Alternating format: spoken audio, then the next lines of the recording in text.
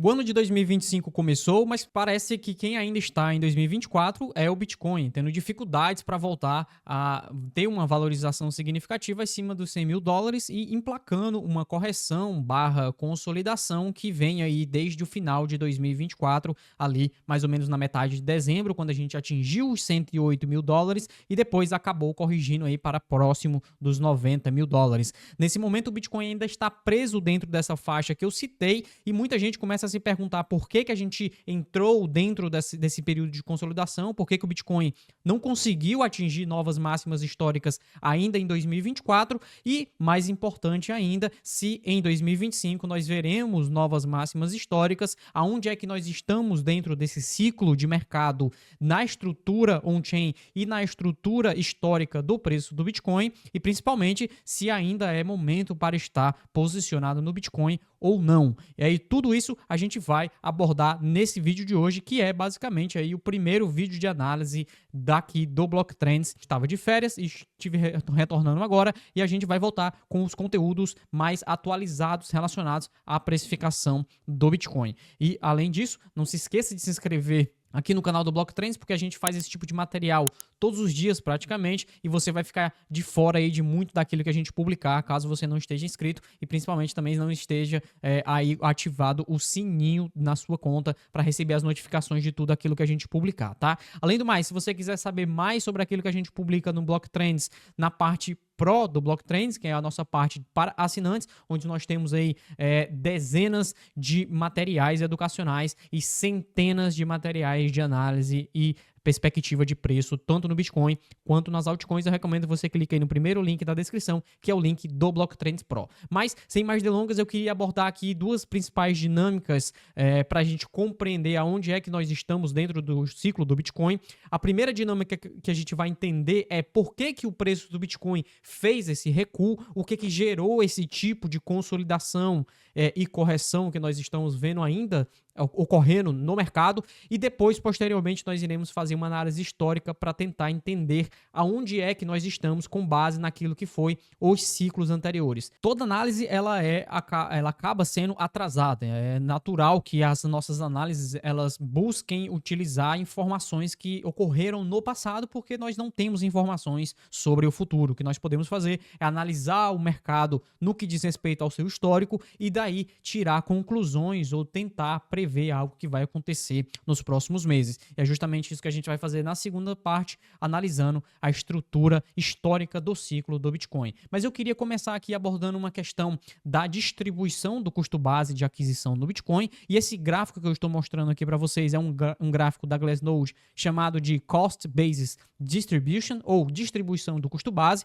Ele basicamente nos mostra onde é que o Bitcoin, né, então onde é que boa parte das moedas que estão na rede Bitcoin estiveram sendo acumuladas, estiveram sendo movimentadas dentro da rede. E aqui eu estou olhando dentro da rede, não estou olhando dentro das corretoras, tá? Aí a gente já teria que olhar outro tipo de gráfico. Mas como o meu foco é hoje tentar o máximo de on-chain para vocês, a gente vai estar focando aqui na parte da análise da rede. E aqui nós temos duas faixas vermelhas, então a maior parte das moedas que se movimentam, elas apontam aqui na região vermelha, e onde tem pouca ou nenhuma movimentação de moeda são as partes mais azuis, né? Então são as cores mais frias, e nas cores mais quentes nós temos a maior parte das movimentações de moedas, acumulações de moedas. Então se a gente colocar aqui em um ano, nós conseguimos perceber que em 2024, tá? Então em 2024, a principal região de acumulação de preço foi ali no início de janeiro, aliás, no final de janeiro de 2024, ali quando o preço estava em US$ 39.000. Depois nós tivemos outro processo mais ou menos pequeno em US$ 42.000, mas a principal zona de acumulação on-chain feito por tanto entidades institucionais quanto por investidores comuns foi ali na faixa dos US$ 62.800, que é justamente onde tem essa faixa aqui mais vermelha, de cor mais quente.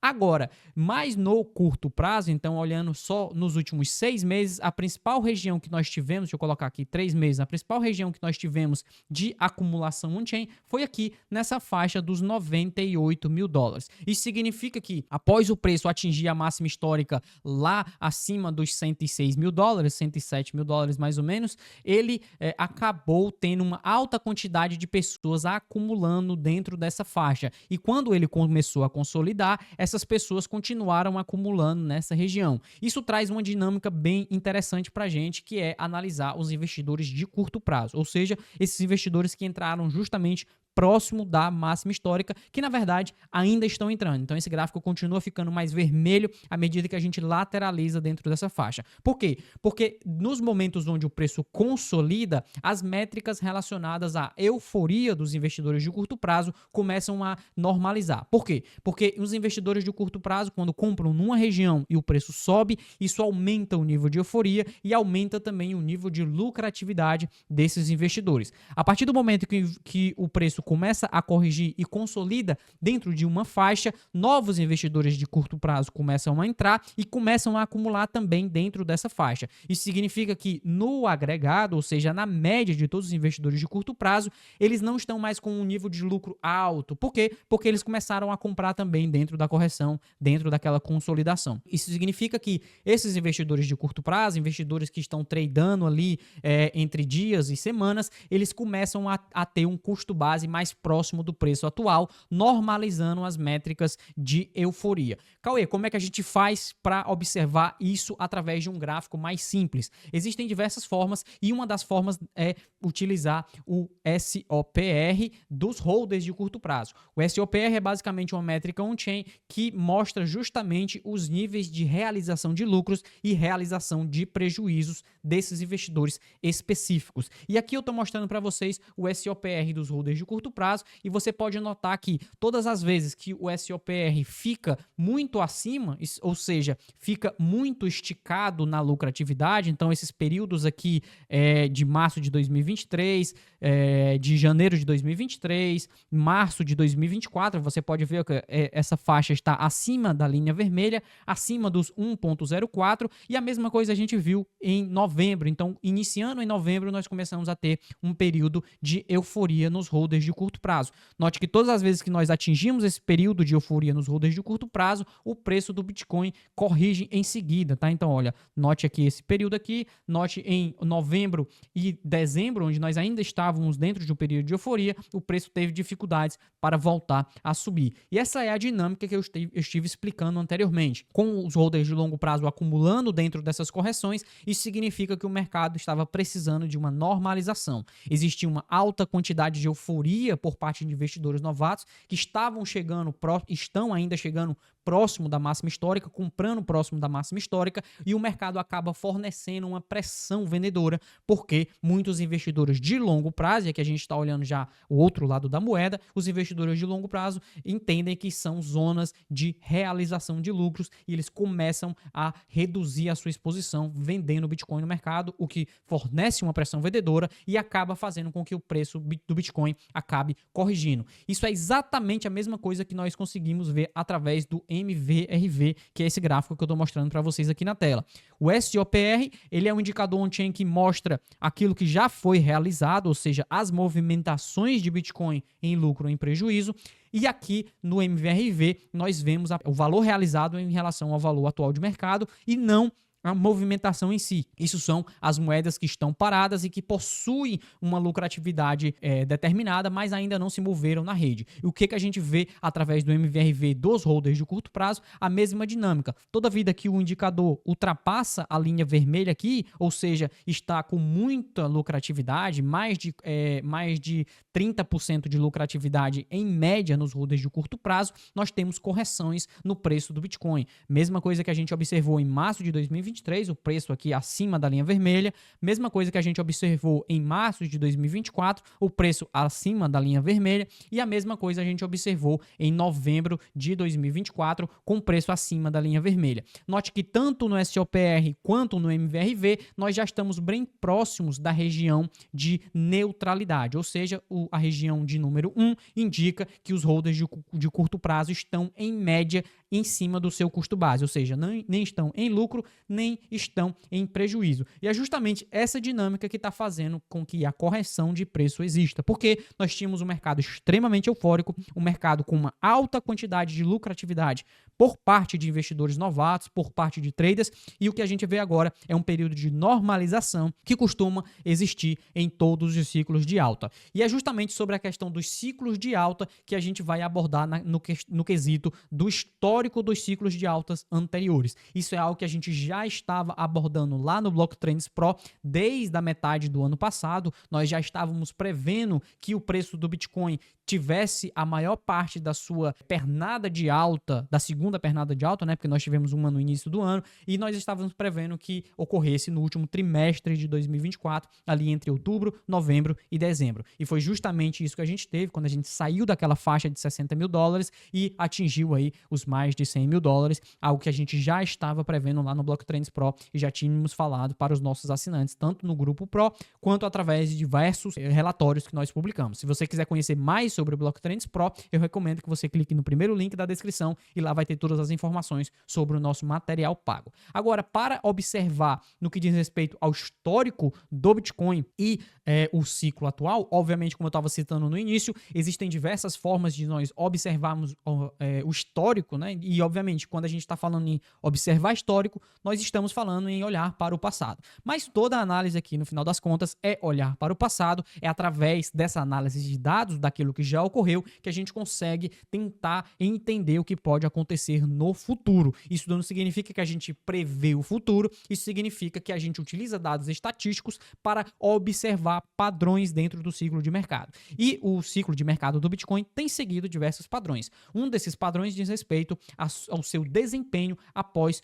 o halving, tá? Então é após aquele momento onde a emissão de novos Bitcoins é cortado pela metade. A quantidade de emitida na rede Bitcoin é cortada pela metade, e nós tivemos isso justamente aqui em 2024, no primeiro semestre de 2024, e desde então nós temos seguido aqui algo bastante similar àquilo que foi os dois ciclos anteriores. Se a gente tirar a época 1, que foi o primeiro período de halving, e a época 2, o segundo período de halving, o que nós temos é justamente essa faixa aqui preta, que é o preço atual, e a verde da época 4, azul a época 3. Nós ainda estamos seguindo esse período, né? Então nós ainda estamos mais ou menos nessa mesma faixa, embora estejamos abaixo do que foi os dois últimos ciclos, nós ainda estamos seguindo essa linha ascendente, que pode ir aqui em relação as duas épocas anteriores até o final de 2025, que daí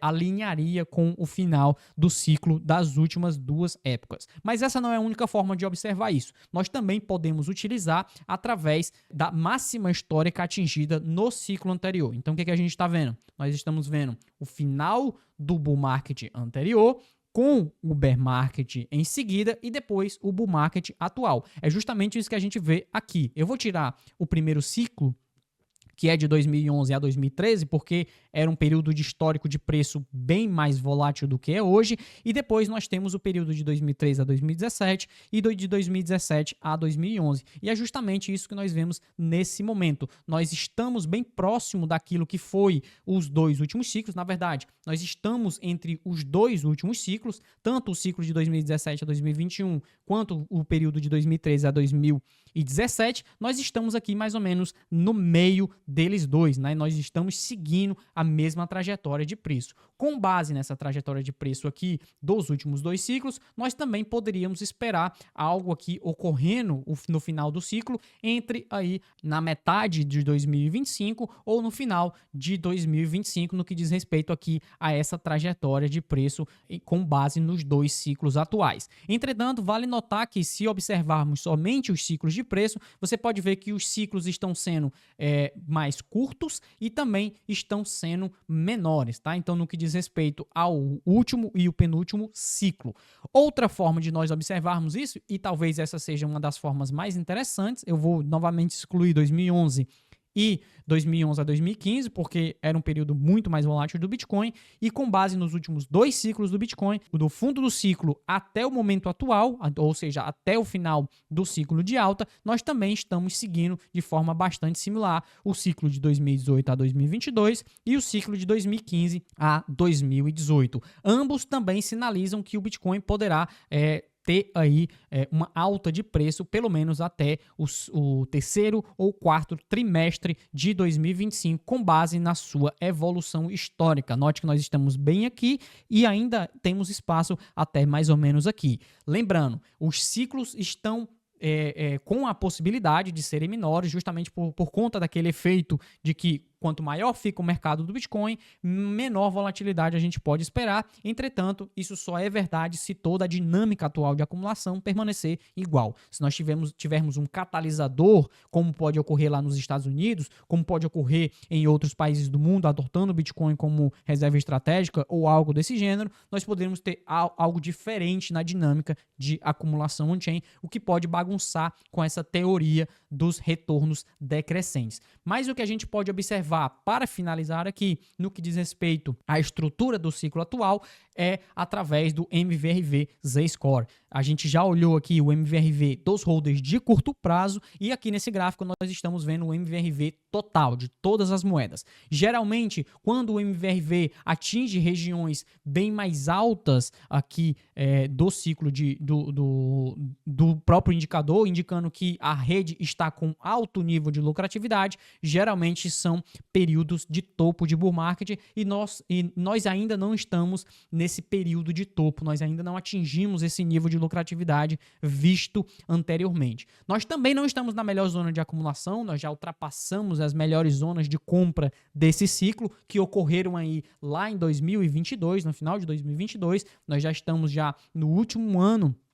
Se seguimos essa estrutura de 4 anos, então nós já nos afastamos da melhor zona de compra, mas ainda não estamos na melhor região de venda, obviamente, para aqueles que pretendem vender. Para aqueles que pretendem só acumular para o longo prazo, isso é mais uma forma de reafirmar a estrutura do ciclo e também compreender como pode acumular dentro das correções, como pode fazer alocações mais assertivas. É justamente isso que a gente traz lá para os nossos assinantes do Block Trends Pro e através de diversos indicadores on-chain. Eu mostrei aqui o MVRV Score porque ele é um indicador gratuito que muitas pessoas conhecem, mas nós temos indicadores privados e diversos indicadores on-chain de ciclo mais precisos do que o MVRV que nós compartilhamos somente dentro do Grupo Pro. Se você quiser conhecer mais sobre o nosso serviço Pro, eu recomendo que você clique no primeiro link da descrição ou no QR Code que está aparecendo aqui na tela e você vai ter todas as informações relacionadas a isso. Além do mais, não se esqueça de se inscrever aqui no canal do Block Trends para continuar acompanhando os nossos materiais